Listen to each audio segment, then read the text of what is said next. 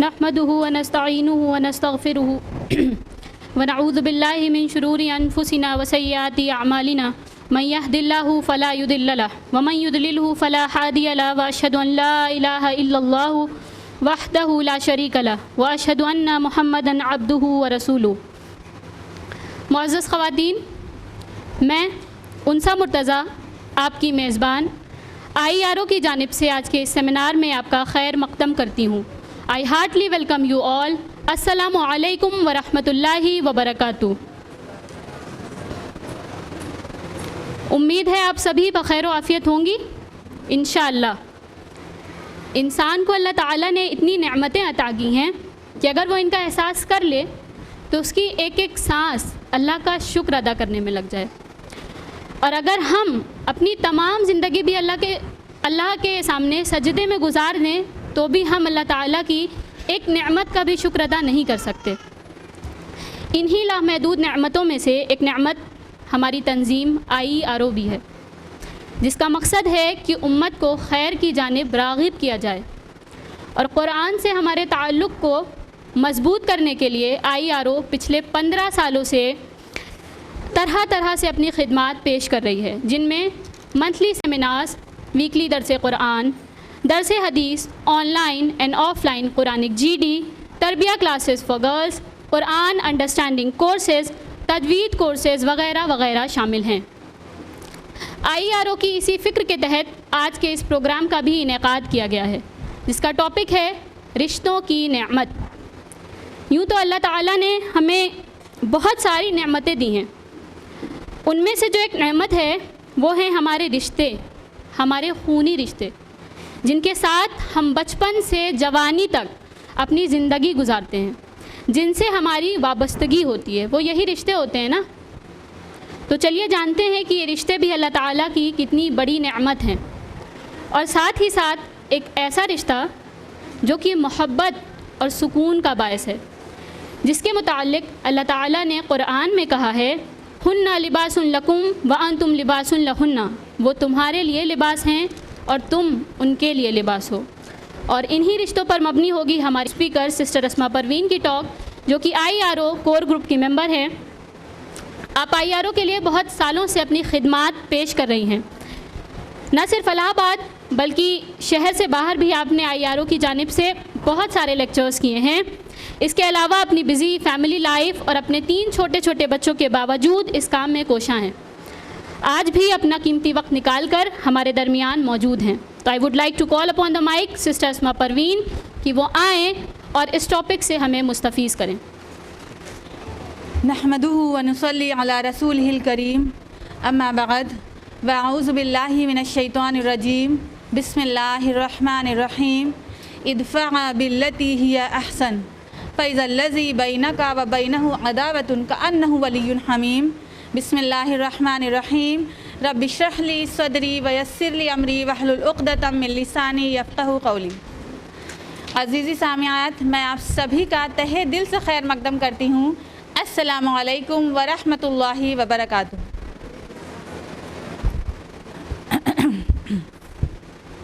ٹھیک ہے، جیسا کہ آپ بخوبی واقف ہو چکے کہ ہمارے آج کے اس جلسے کا عنوان ہے رشتوں کی نعمت۔ یہ رشتے ہماری زندگی میں کتنی اہمیت رکھتے ہیں، ان رشتوں میں اللہ تعالیٰ نے کتنی رحمت رکھی ہے، اور یہ رشتے کس طرح سے ہمارے لیے خدا کا دیا ہوا تحفہ ہے۔ اور ان بلڈ ریلیشنز کے علاوہ اللہ تعالیٰ نے ہمارے لیے ایک اور بہت اہم رشتہ بنایا ہے۔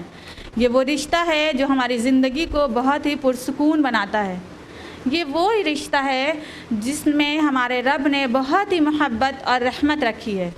اس رشتے میں خرابی آنے سے ہمارے باقی سارے رشتوں میں خرابی پیدا ہو سکتی ہے، کیونکہ یہ رشتہ ہی باقی سارے رشتوں کی بنیاد ہے۔ اب آپ تو سمجھ ہی گئے ہوں گے کہ میں کس ریلیشن کی بات کر رہی ہوں۔ جی ہاں، شوہر اور بیوی کا رشتہ۔ اور میری آپ سے گفتگو کا موضوع بھی یہی ہے، ازدواجی زندگی اور گھریلو تلخیاں۔ مطلب یہ کہ شوہر اور بیوی کو اپنی زندگی کس طرح سے بسر کرنی چاہیے، اور گھر میں جو تلخیاں پیدا ہو جاتی ہیں، جو خرابیاں پیدا ہو جاتی ہیں، ان کی کیا وجوہات ہے، ان وجوہات کا ہماری ازدواجی زندگی پر کیا اثر پڑتا ہے اور اس کا کیا سلیوشن ہے۔ سب سے پہلے ہم یہ جان لیں کہ ہمارے رب نے اس دنیا میں ہر چیز کو پیئرز میں بنایا ہے۔ فرمایا سورہ الذاریات سورہ نمبر 51 آیت نمبر 49، وَمِن كُلِّ شَيْءٍ خَلَقْنَا زَوْجَيْنِ لَعَلَّكُمْ تَذَكَّرُونَ، اور ہم نے ہر چیز کو جوڑا جوڑا بنایا ہے تاکہ تم لوگ نصیحت حاصل کرو۔ مطلب یہ ہے کہ مادہ میں بھی پازیٹیو اور نگیٹو ہیں، نباتات میں بھی نر اور مادہ دونوں ہوتے ہیں، حیوانات میں بھی مذکر اور مؤنث ہیں، اسی طرح انسانوں میں عورت اور مرد ہیں۔ اگر ہم دیکھیں تو عورت اور مرد دونوں کی اپنی الگ الگ خصوصیات ہیں جن کے مطابق وہ اپنی زندگی بسر کرتے ہیں، لیکن حقیقت یہ ہے کہ زندگی کی جدوجہد ہر انسان کے لیے ایک شدید معرکہ کی حیثیت رکھتی ہے۔ اس معرکہ کے دوران کئی بار ایسا ہوتا ہے کہ انسانی ذہن اسٹریس کا شکار ہو جاتا ہے۔ ایسے میں ہر مرد اور ہر عورت کو ڈی اسٹریسنگ کی ضرورت پڑتی ہے تاکہ اس کا ذہنی دباؤ رفع ہو سکے اور اسے معتدل ذہنی حالت پر لا سکے۔ عورت اور مرد دونوں ایک دوسرے کے لیے اسی ڈی اسٹریسنگ کا ذریعہ ہے۔ فرمایا سورہ روم سورہ نمبر 30 آیت نمبر 21 میں، خدا کی نشانیوں میں سے یہ ہے کہ اس نے تمہاری جنس سے تمہارے لیے جوڑے پیدا کیے تاکہ تم ان سے سکون حاصل کرو۔ اس نے تمہارے درمیان محبت اور رحمت رکھ دی، بے شک اس میں نشانیاں ہیں ان لوگوں کے لیے جو غور کرتے ہیں۔ اللہ تعالیٰ کا کیا فرمان ہے کہ شوہر اور بیوی دونوں ایک دوسرے کے لیے کس چیز کا ذریعہ ہیں؟ سکون کا۔ تو اگر ہسبینڈ وائف واقعتاً ایک دوسرے کے لیے سکون فراہم کرنے والے بنیں گے، ایک دوسرے سے محبت سے پیش آئیں گے، تو وہ زندگی کے مسائل کو بآسانی حل کر سکتے ہیں اور ایک بہت ہی خوشگوار زندگی بسر کر سکتے ہیں۔ خالق کائنات نے شوہر اور بیوی دونوں پر ایک دوسرے کے کچھ حقوق بھی عائد کیے ہیں تاکہ دونوں ہی امن سے رہ سکیں۔ اور اگر ہم حقوق کو دیکھیں تو ہم کو پتہ چلتا ہے کہ شوہر اور بیوی دونوں کے حقوق ایک برابر ہیں، لیکن اس کا مطلب یہ بالکل نہیں ہے کہ دونوں کے حقوق ایک جیسے ہیں، بلکہ کسی چیز میں شوہر کو برتری حاصل ہے تو کسی چیز میں بیوی کو۔ مطلب یہ ہے کہ they are equal but not identical. شوہر کے حق کے بارے میں اگر ہم بات کریں تو ہم کو پتہ چلتا ہے حدیث ابن ماجہ کی حدیث نمبر 1853، راوی ہیں ابو ہریرہ، راوی عبداللہ بن ابی اوفہ رضی اللہ عنہ۔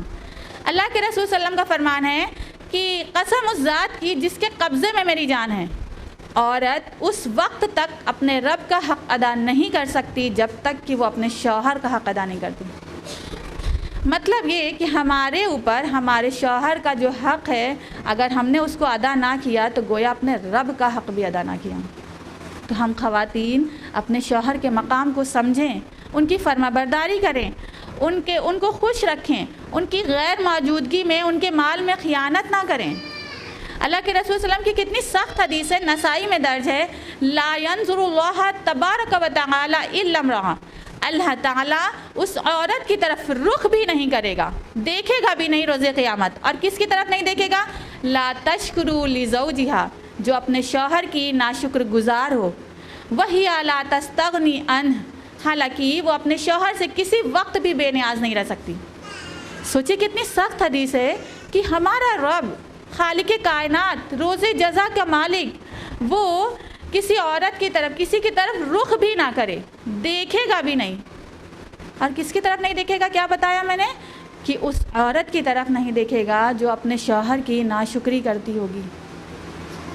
ہم عام طور پہ کہہ بھی دیتے ہیں نا کہ ارے آپ نے ہمارے ساتھ آخر کیا ہی کیا ہے، آپ کا تو ہمیشہ کا یہی ہے، جب سے شادی ہوئی ہے کبھی تو سکون نہیں ملا، ہماری تو قسمت ہی خراب ہے۔ مطلب یہ کہ بیچارہ شوہر جو ہمارے لیے، ہمارے بچوں کے لیے سارا دن تھکتا ہے، گھر کی ساری ذمہ داریاں اٹھاتا ہے، فیملی میں کوئی بھی ڈسپیوٹ ہو اس کو وہی ٹیکل کرتا ہے، کئی بار ذہنی دباؤ ہونے کی وجہ سے دل نہ چاہتے ہوئے بھی وہ رزق کی تلاش میں نکلتا ہے، یہاں تک کہ کئی بار شہر سے باہر، دیش سے باہر تک چلا جاتا ہے، صرف اس لیے تاکہ ہماری خواہشوں کو پورا کر سکے، ہماری ضرورتوں کو پورا کر سکے، ہمارے بچوں کی ضرورتوں کو پورا کر سکے۔ اور صرف ایک کمی ہونے پر، ہماری ایک کوئی خواہش پوری نہ ہونے کی وجہ سے ہم فوراً ساری چیزوں کو برابر کر دیتے ہیں۔ کیا ہم نے کبھی اس بات کو سوچا کہ ہمارے شوہر کے ہمارے ساتھ ہونے میں ہماری زندگی جیسی ہے، جو راحت، جو سکون ابھی میسر ہے، اگر اسی شوہر کو ہمارا رب ہماری زندگی سے نکال دے تو ہماری زندگی کیسی ہوگی؟ اللہ ہر بیوی پر اس کے شوہر کی سرپرستی موجود رکھے، لیکن فرض کیجئے اگر ایسا ہو، ذرا چند لمحوں کے لیے اپنے دل پہ ہاتھ رکھ کر اپنی آنکھوں کو بند کر کے سوچئے کہ اگر ہمارا رب ہمارے شوہر کو ہماری زندگی سے نکال دے تو کیا وہی عزت ہر جگہ نصیب ہوگی؟ تو کیا وہی راحت، وہی سکون ہر جگہ نصیب ہوگا؟ تو کیا ہم اپنی زندگی کے ہر مسائل بآسانی حل کر سکتے ہیں؟ تو کیا ہم اپنے گھر کی ساری ذمہ داریاں نبھا سکیں گے؟ کیا ہم تنہا اپنی زندگی کا سفر طے کر سکیں گے؟ اگر ہم تصور نہ کر سکیں تو ذرا اطمینان سے ان خواتین سے ملیے جن کی زندگی میں ان کے شوہر شامل نہیں ہیں، جن کی زندگی میں ان کے شوہر شامل نہیں ہیں، وہ کس طرح سے اپنی زندگی کا سفر طے کر رہی ہیں، کس طرح سے وہ اپنے گھر کی ساری ذمہ داریاں نبھا رہی ہیں، کیسے وہ اپنے گھر کی وہ لوگوں کی زیادتیاں تک برداشت کرتی ہیں صرف شوہر کے نہ رہتے ہوئے، کس طرح سے وہ اپنے بچوں کی ہر خواہش کو پورا کرنے کے لیے جد و جہد کر رہی ہیں، کیسے وہ تنہا اپنے بچوں کی پرورش کر رہی ہیں۔ اللہ تعالیٰ ان خواتین کو صبر دے اور ان کی پریشانیاں دور کرے، لیکن سوچئے ہماری زندگی میں ہمارے شوہر کی کتنی اہمیت ہے، تو وقت رہتے اپنے اس اللہ تعالیٰ نے جو ہمیں یہ نعمت دی ہے نا، اس چیز کی قدر کرے، ایسا نہ ہو کہ وقت نکل جائے، کیونکہ یہ جو رشتہ ہے نا ہمارا، یہ ہمارے رب کا دیا ہوا بہت بڑا تحفہ ہے، یہ ہمارے رب کی دی ہوئی بہت بڑی نعمت ہے۔ اور ایسا بالکل نہیں ہے کہ ہمارے رب نے صرف عورت کو ہی حکم دیا ہے کہ وہ اپنے شوہر کا حق ادا کرے، وہ اپنے شوہر کی فرما برداری کرے، وہ اپنے شوہر کی ناشکری نہ کرے، بلکہ ایک مرد کو بھی حکم دیا کہ وہ اپنی بیوی کا حق ادا کرے۔ فرمایا، ابن ماجہ حدیث نمبر 3678، راوی ہیں ابو ہریرہ رضی اللہ عنہ۔ اللہ کے رسول صلی اللہ علیہ وسلم نے فرمایا کہ اے اللہ، میں دو ضعیفوں کے معاملے میں یا دو ضعیفوں کا حق مارنا حرام قرار دیتا ہوں، پہلا یتیم اور دوسرا عورت۔ کیا فرمایا ہمارے رب نے؟ کہ یتیم کا حق مارنا اور دوسرا عورت کا حق مارنا حرام قرار دیا ہے۔ اور جو عورت کے لیے ضعیف ورڈ یوز کیا ہے، ضعیف کا معنی ہوتا ہے کمزور، مطلب یہ ہے کہ عورت ایک تو فزیکلی بھی ویک پیدا کی گئی ہے، اسی لیے اس کے اوپر کوئی بھاری بوجھ نہیں ڈالا گیا، بلکہ اس کی ضرورتوں کو پورا کرنا اس کے شوہر کے ذمہ ڈال دیا، اور ساتھ ہی وہ اپنے شوہر کے گھر میں رہتی ہے، اس کے بچوں کا خیال رکھتی ہے۔ انہی کچھ وجوہات سے عورت کو ضعیف کہا، کمزور کہا ہے۔ اس طرح سے ایک مرد پر اس کی بیوی کی ذمہ داری ڈال دی کہ وہ اپنی شریک حیات کا خیال رکھے، اس کی ضرورت کی چیزیں اس کو مہیا کر کے دے، اس کو عزت دے، اس کے ساتھ زیادتی نہ کرے، اس کے اوپر ظلم نہ کرے۔ تو یہ شوہر کے اوپر بھی ذمہ داری ہے۔ تو اگر جب ہمارے شوہر کی ذمہ داری زیادہ ہے کہ وہ ہمارے لیے سارا دن تھکتا ہے، ہماری ضرورتوں کو پورا کرنے کے لیے کتنی جد و جہد کرتا ہے، جب ذمہ داری زیادہ ہے تو ہم خواتین پر اپنے شوہر کا حق ادا کرنا، ان کی فرما برداری کرنا بھی فرض ہے۔ تو اگر شوہر اور بیوی دونوں ہی ایک دوسرے کو حق کو ادا کریں گے، ایک دوسرے کے اوپر جو ہماری جو ذمہ داری ہے اس کو پورا کریں گے، تو وہ انشاءاللہ بہت ہی پرسکون زندگی بسر کر سکیں گے۔ اور جب شوہر اور بیوی کے رشتوں کی بات ہوگی تو ہمارے ان لاز اس میں ضرور شامل ہوں گے، کیونکہ عام طور پر جو مسائل پیدا ہوتے ہیں وہ ان لاز کے ساتھ ہی زیادہ ہوتے ہیں، اور یہ سسرالی رشتہ داروں میں یہ جو سسرال کے رشتوں میں جو خرابی آتی ہے، اس کی وجہ سے ہمارے ہسبینڈ وائف کا ریلیشن بھی سب سے زیادہ افیکٹ ہوتا ہے۔ تو ہمارے ان لاز میں جیسے ساس اور بہو کے مسئلے، دیورانی جٹھانی کے مسئلے، نند اور بھابھی کے مسئلے، ان سب مسائل کی وجہ سے نہ صرف گھر کا سکون برباد ہوتا ہے بلکہ ہماری ازدواجی زندگی پر بھی بہت برا اثر پڑتا ہے۔ تو اگر ہم دیکھیں تو گھر کی تلخیوں کی، گھر کی خرابیوں کی جو سب سے پہلی وجہ ہوتی ہے وہ ساس اور بہو کا مسئلہ ہوتا ہے، اور یہ کوئی کسی ایک خاص پرسن کو ٹارگٹ کرنا نہیں ہے مقصد میرا، بلکہ ایک عام بات ہے کہ عام طور پر جو مسئلہ پیدا ہوتا ہے وہ ساس اور بہو کا پہلے ہوتا ہے. اور یہ مسئلہ پیدا کیسے ہوتا ہے؟ اصل میں ایک لڑکے کی شادی سے پہلے گھر کی ساری ذمہ داری، گھر کا سارا نظام اس کے والد اور والدہ کے ہاتھ میں ہوتا ہے. ہر کام اور ہر چیز میں انہی کا دخل ہوتا ہے. لڑکے کی توجہ اور انسیت کا سارا مرکز ان کے والد اور والدہ ہی ہوتے ہیں، اور خاص کر ان کی مدر. اور اس لڑکے کی شادی کے بعد تھوڑی تبدیلی آ جاتی ہے. جو توجہ اب تک صرف وہ اپنے پیرنٹس کو دیا کرتا تھا اور خاص کر اپنی مدر کو دیا کرتا تھا، وہ توجہ اب ڈیوائیڈ ہو جاتی ہے. تو ایسے میں ایک ساس اور ایک بہو دونوں کو ہی بہت ہی لینینٹ ہونے کی ضرورت ہے. ایک ساس کو بھی چاہیے کہ ایک لڑکی جو اپنا سب کچھ چھوڑ کر آپ کے بیٹے کے نکاح میں آئی ہے تو بیٹا اس کو بھی کچھ توجہ دے گا، اس کی بھی پسند ناپسند کا خیال رکھے گا. ایسے میں ساس اپنی بہو سے بدظن ہو کر یہ ٹونٹ نہ کرے کہ ارے بھائی بہو ایسی ملی کہ ہمارے بیٹے کو ہی اپنے قبضے میں کر لیا، ہمارے بیٹے کو ہی مجھ سے چھین لیا. نہیں، تھوڑا سا لینینسی رکھیں اپنے ہر کام میں. اور ایک بہو کو بھی چاہیے کہ اگر اس کا شوہر اپنی ماں کو کچھ وقت دے رہا ہے تو اس پر وہ ناراضگی کا اظہار نہ کرے کہ کہاں گئے تھے، کیوں بیٹھے تھے، اتنا ٹائم کیوں لگا دیا. نہیں، بلکہ اگر ہمارا شوہر اپنی ماں کو وقت نہ دے تو خود راغب کرے اس بات پر کہ وہ اپنی ماں کو وقت دے.